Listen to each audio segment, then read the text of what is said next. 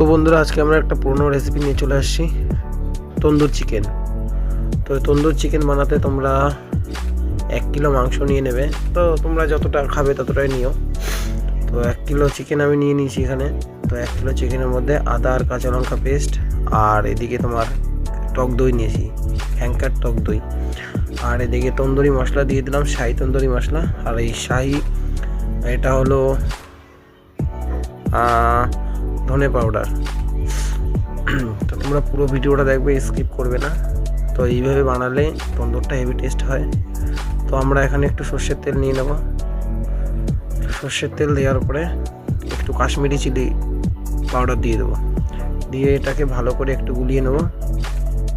গুলে নেওয়ার পরে তোমার এর ভিতরে এবার আমরা একটু মেথি পাতা দিয়ে দেবো, আর সামান্য একটু হলুদও দেওয়া লাগবে। তোমাদের দিলেও দিতে পারো, না দিলেও না দিতে পারো। তো পুরো ভিডিওটা দেখতে থাকো তোমরা। আর এইদিকে তোমার এটা হলো জিরে পাউডার যাচ্ছে এখন, আর এটা হলো শাহি গোলমরিচ।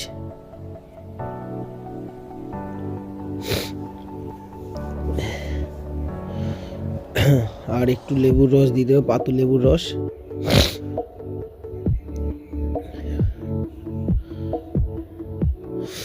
সব কিছু দেওয়া হয়ে গেলে ভালো করে এটাকে ম্যারিনেট করে নেবে।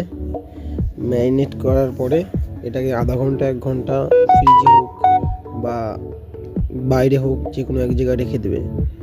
রেখে দেওয়ার পরে তোমরা শিকে যদি পারো অসুবিধা নেই, শিকে করেও করতে পারো, বা কোনো একটা তন্দুরি গ্রিলের যে নেট টাইপের হয় ওর উপরে বসেও করতে পারো। তো আমি গ্যাসে করছি এখন। প্রথমে টিক্কাটা করে নিচ্ছি, তো ওগুলো পরে করব। প্রথমে টিক্কার জন্য মাংস রেখেছিলাম, ওই টিক্কা করে নিচ্ছি।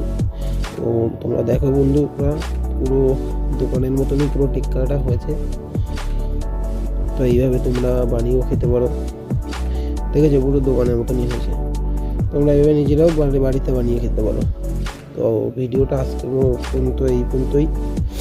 তো তোমাদের ভিডিওটা যদি ভালো লাগে তো একটা লাইক আর সাবস্ক্রাইব করে দিও। আর বুঝতেই পারছো, নতুন চ্যানেল করেছি, সাপোর্ট না করলে কারাই করবে।